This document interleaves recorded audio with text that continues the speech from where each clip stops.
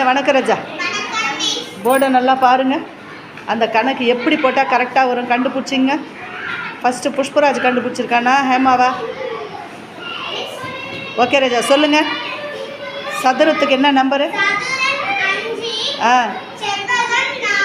ஆ சரி, ரெண்டுத்துக்கு கூட்டினா? ஆ ஆ ஆ அப்படியே போய்க்கோங்க. சூப்பர். நீங்கள் வாங்க ராஜா, நீங்கள் சொல்லுங்கள். ஆ 4 கூட 5 கூட்டினா சொல்லிட்டே வாங்க. ஆ